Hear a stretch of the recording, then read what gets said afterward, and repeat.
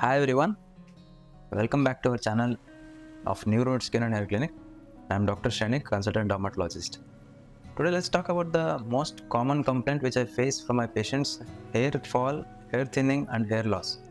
We should understand that hair fall, thinning and hair loss and baldness are a spectrum of disorders. One may start having excess hair fall initially, they may have thinning, then this may lead to hair loss and eventually baldness.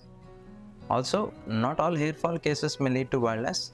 Hairs grow in cycle, that is anagen phase, that is growing phase, catagen or resting phase, and telogen or shedding phase.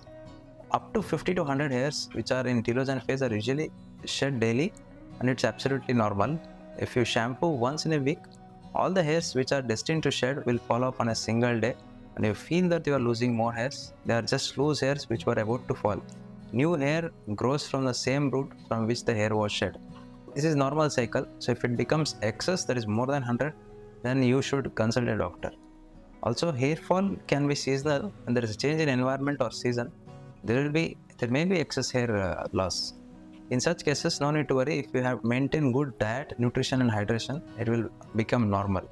If not, then you should consult a doctor. Sometimes there will be excess hair fall, more than 100 to 150 hairs per day. You will see this can be made up when you see a lot of hairs on your pillow, on your clothes, or on the sink when you wash it.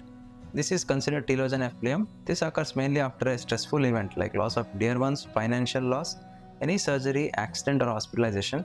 Can also occur after any illness like COVID or typhoid.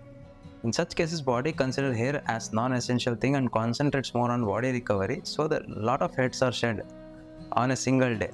So this usually stabilizes when there is adequate recovery from the stressful event. This is reversible.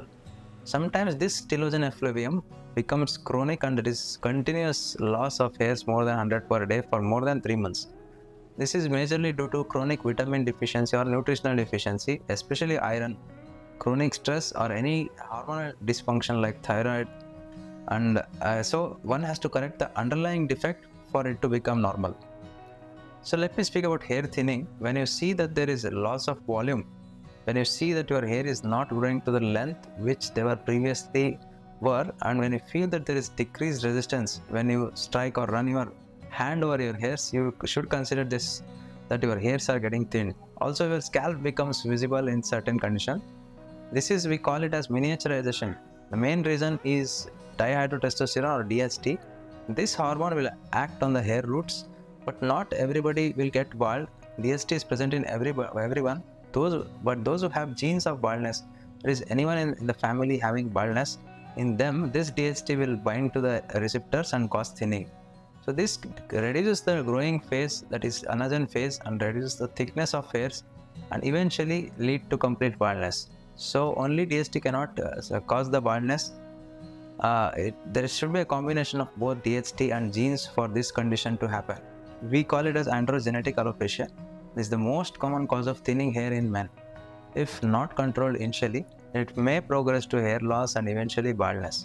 So when you see there is thinning of hairs early, visit a doctor to slow its progression and start the treatment as early as possible.